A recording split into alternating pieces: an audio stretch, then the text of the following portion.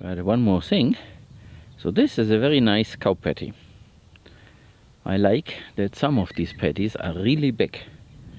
That of course is from a larger adult cow, and the digestion is working very well, so there is no issue.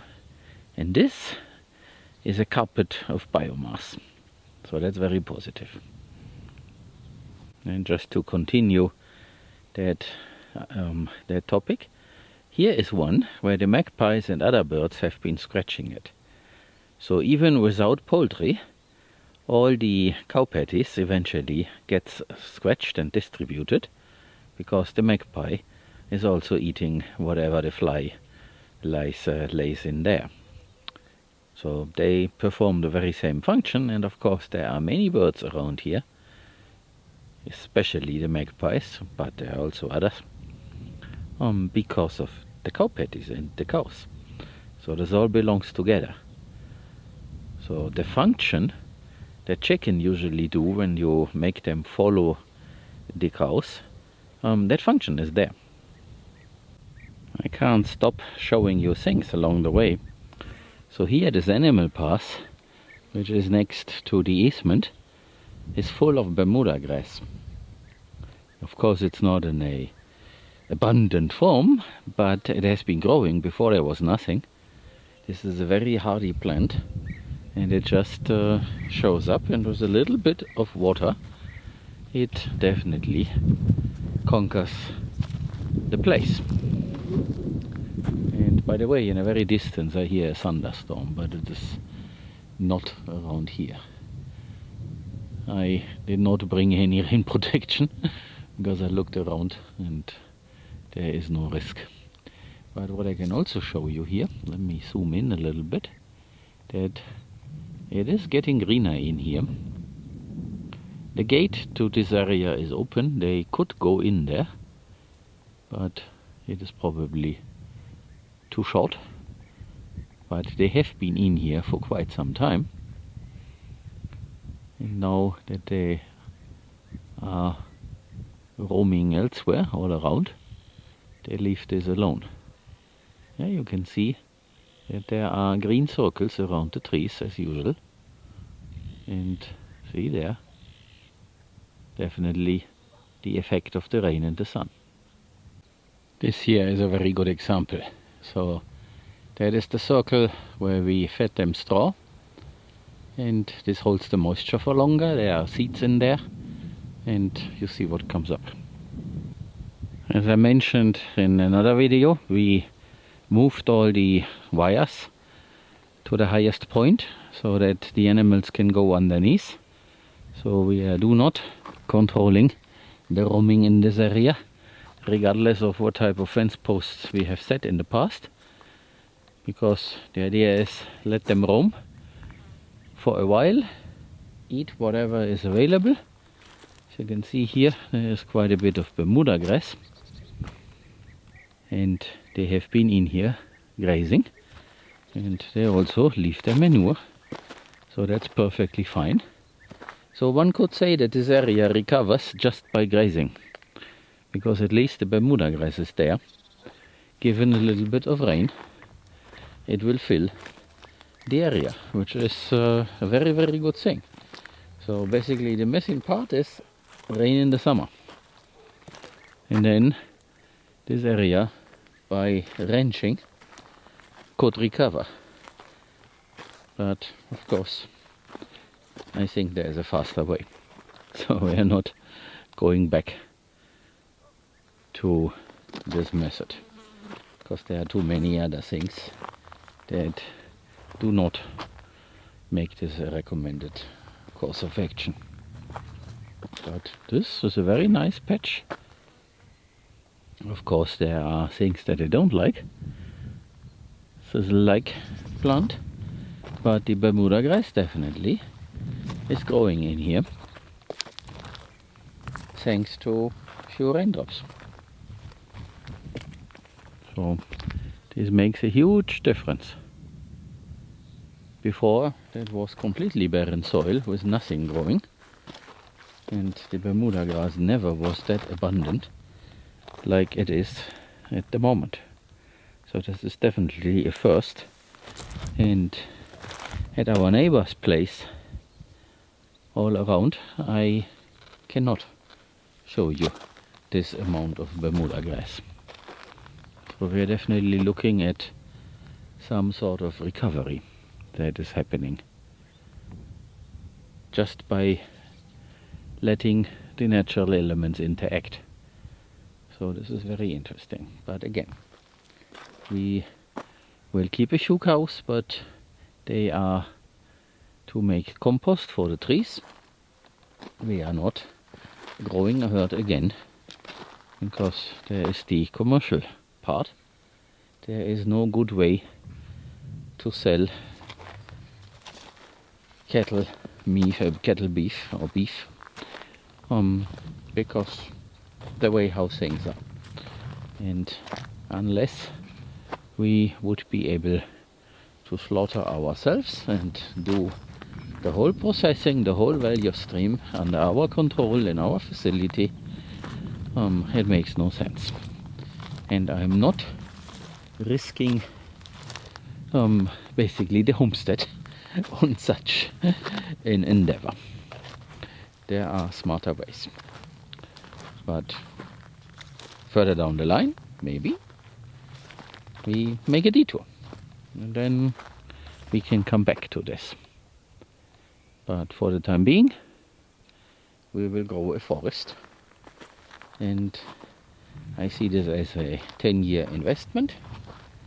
So those trees over there, they are the key, because prices for Paulownia wood are very good. These trees grow here, and we can put them under the wood management regime instead of doing this for biomass. And then after 10 years the investment does come back. Maybe it's 11 or 12 years, but it will come back. Just we have to plant enough. And after all, I keep mentioning this, I have made a few steps ahead. I will soon be able to show you the idea how exactly this is going to look like. We are basically defining little strips across the land, strips that are of a size that we can irrigate, and of course we will measure the amount of water that we use for irrigation once I get around to learn how to do LoRaWAN and that. And by the way, thank you to the person who sent me an email and offered help. We will do something together. You know who you are. And once all these bits and pieces fall into place and there is a solid plan, it will then be published in details, with details, on www.kaimito.eu, where then everybody can have a look, out of curiosity, or in case you would like to participate in the investment opportunity. This will also be available there. But again, I just keep mentioning that something is brewing, and when it's said and done, I will then give everybody a tour via a special video about that topic. So for the time being, stay tuned, watch as we fix all kinds of things in a compound, and here and there I show you something around, like at the moment. And when the time is ripe, you will then see how that goes with building a forest. So here we are, and there are a few things that I wanted to see.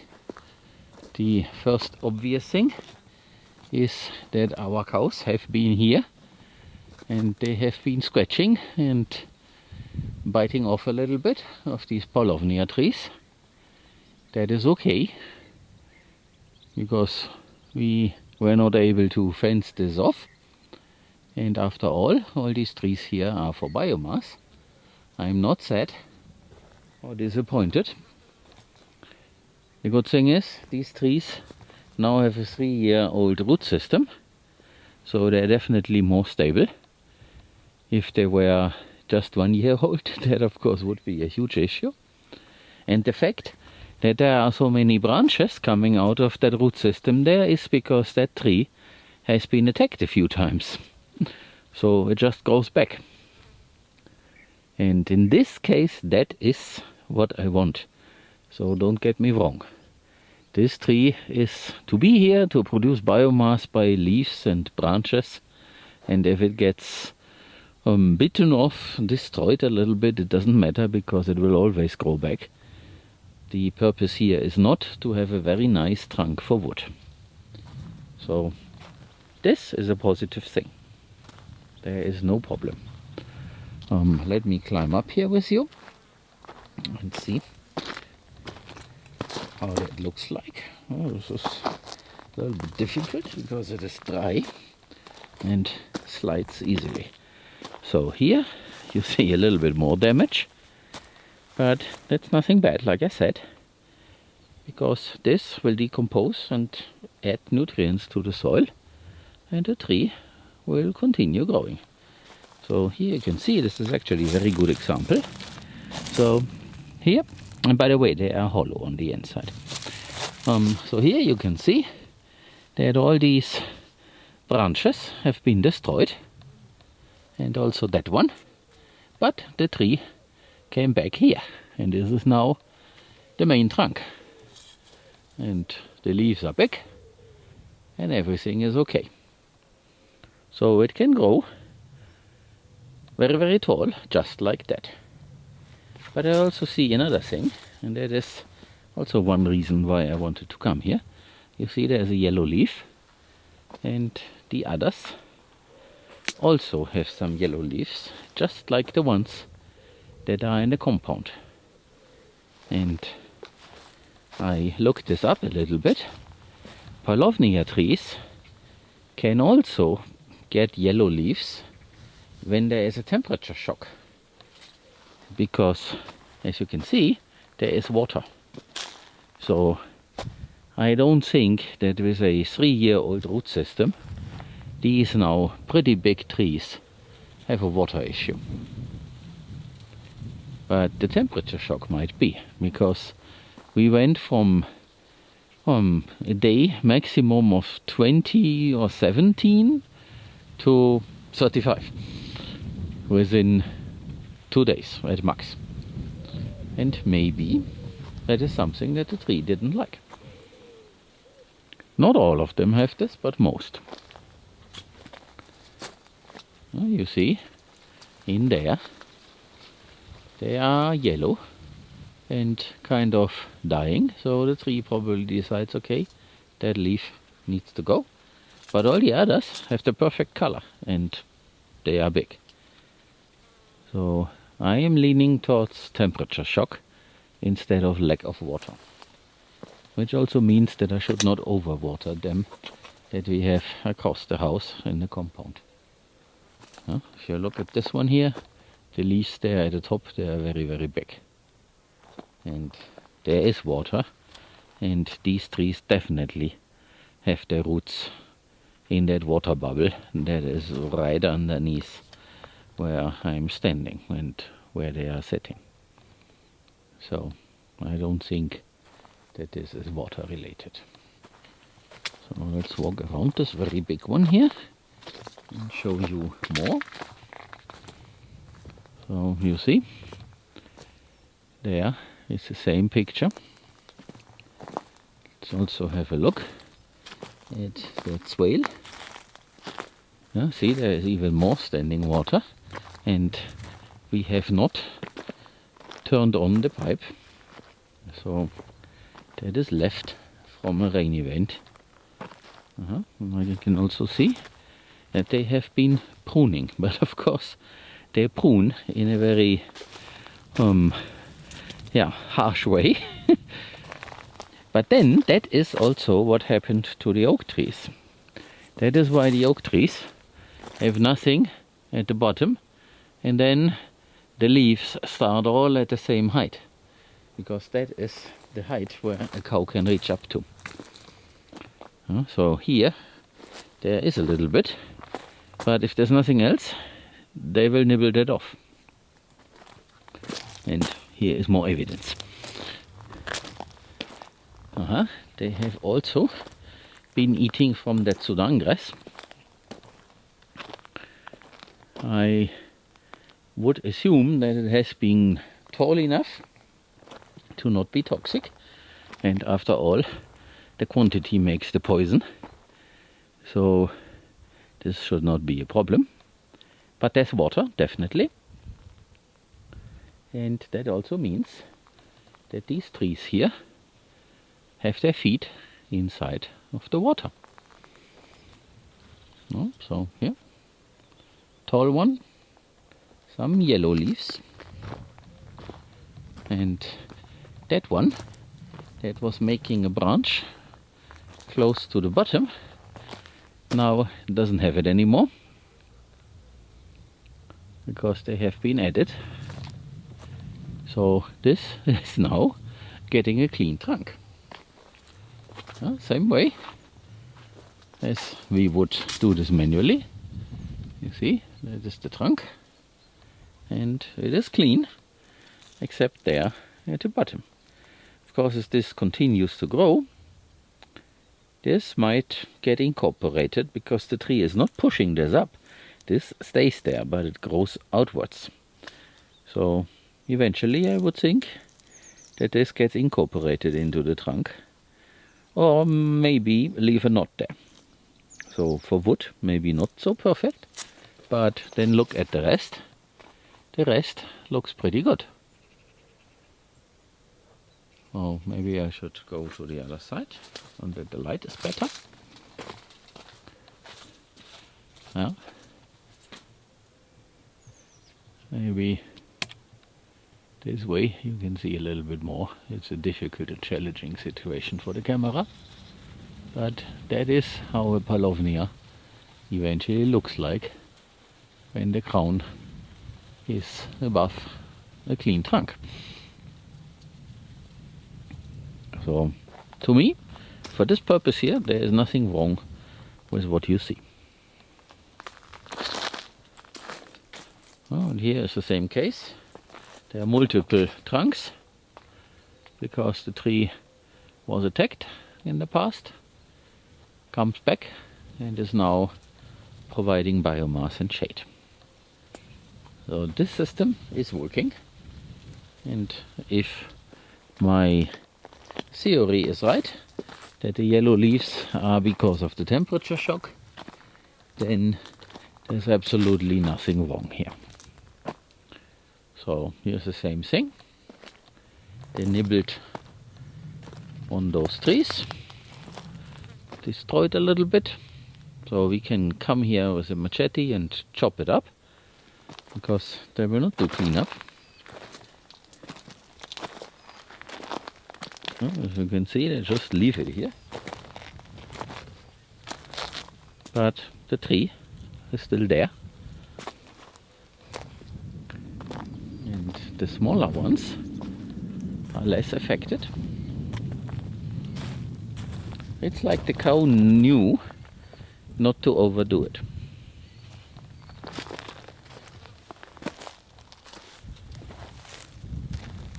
But then tomorrow they will leave this area for a good while. So that means that these trees can continue growing without being disturbed. This is another interesting one that also now has the crown there, and underneath it is more open. So it's not a bush. There was some of the thoughts that you had, that the trees might become a bush, and as you can see, no, they won't, because someone is pruning underneath and it's not us. So that's okay. But keep in mind, for the commercial thing to sell Paulownia wood, that is not the way. So you will not see this in the part where we plant them for commercial purposes. Definitely this will be managed in a different way, and This will also be fenced off, because we will not just set a few trees in an open field like that between the oak trees. These strips will go through a number of steps, and one of the steps, not trying to jump too far ahead, but one of the steps is going to be to plant sun hemp and friends for probably a year, then either mow it or graze it, and we will do this multiple times over the course of a year, reseed, let it grow again in order to build soil. More biomass means we have better water retention, and in the second year we will then plant the trees, and then we will babysit them for the first 2 years. We'll do the technical cut, and then the result is that we don't have this. We have a clean trunk from a 1-year-old root system in the second year, so this will come up very straight and eventually form wood like this one is doing, and this will always be controlled, and at some point there will be poultry underneath the trees, there will be native species in between, and over the course of the 10 or maybe 12 years we will also see some pigs in there once a year for a short while to take advantage of the acorns. So the acorns in the first few years, they will be lost in quotation marks, but not really. And once the area is developed enough, then pigs can come in there. Something like that. Like I said, the details will be published, and there will be a video to explain all this, but this looks very great. You can hear that I'm happy, and that is despite that the trees have suffered a little bit from browsing, but that is absolutely fine. There's nothing wrong with that, given that the trees are old enough, which they are, and it does not seem to be related to water. That's not the reason why the leaves are yellow. That I'm now pretty sure. So it must have been the change of temperature from one day to the other. Happens, and as long as, let's say 95% of all the leaves are big and green and dark green, there is probably absolutely no problem. So we could say these are healthy trees.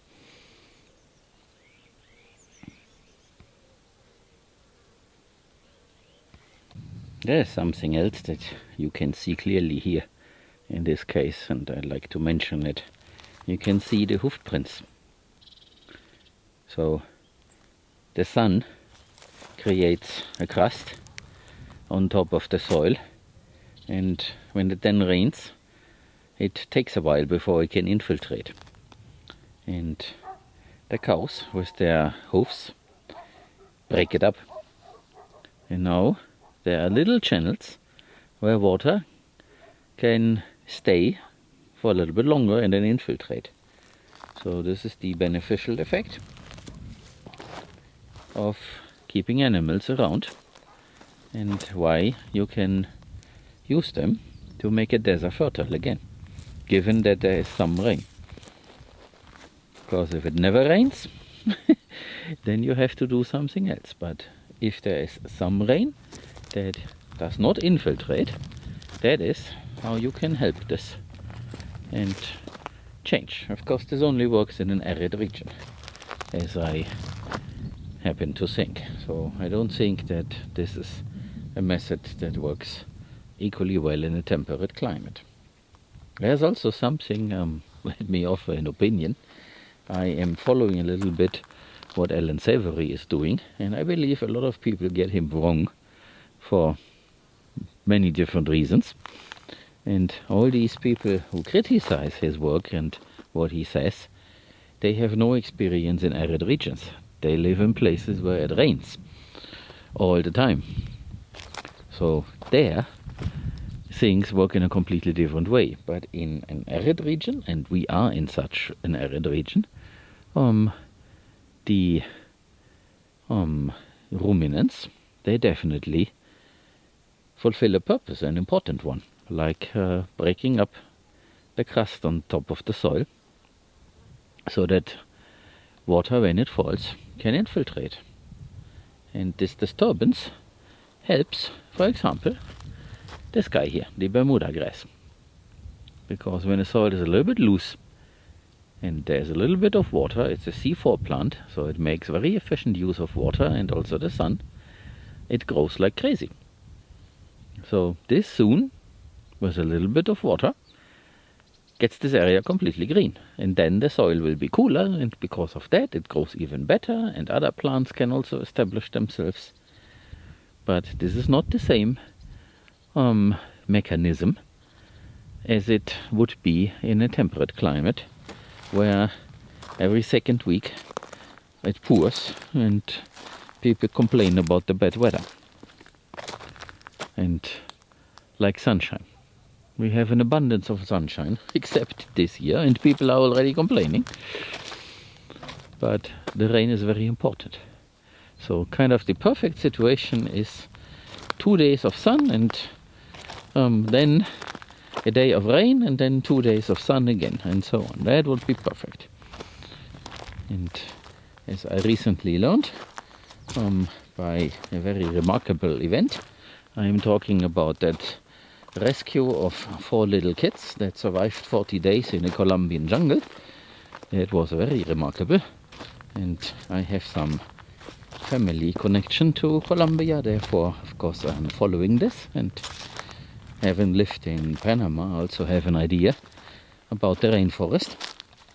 It's pretty much the very same, but the one close to the Amazonas of course is a little bit thicker and pretty much virgin.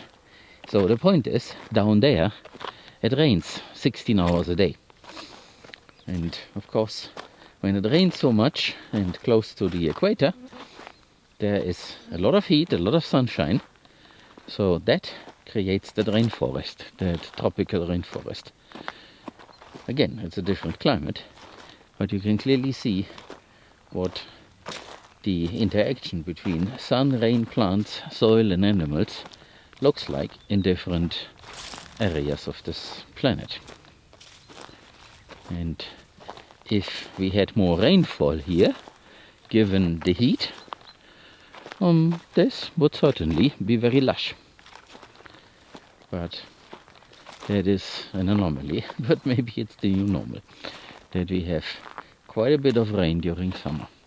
On the other hand, the older one, 60 plus years old, he definitely tells that in the past it has rained during summer like it does currently. So this is not completely new. So in his lifespan he had seen it, and he also had seen it be gone, and maybe now it comes back. So if this is just the effect of El Nino, then this will last a while, and then we will be back to something else. But given that our soil is covered and we have working water retention, hence growing the forest, we should then be well prepared, and the plants, if there are enough leaves, hence the Miyawaki concept of very dense planting, then the condensation at night should provide moisture for heat-loving and efficient plants to not only survive but actually thrive. So this is going to be a very interesting journey.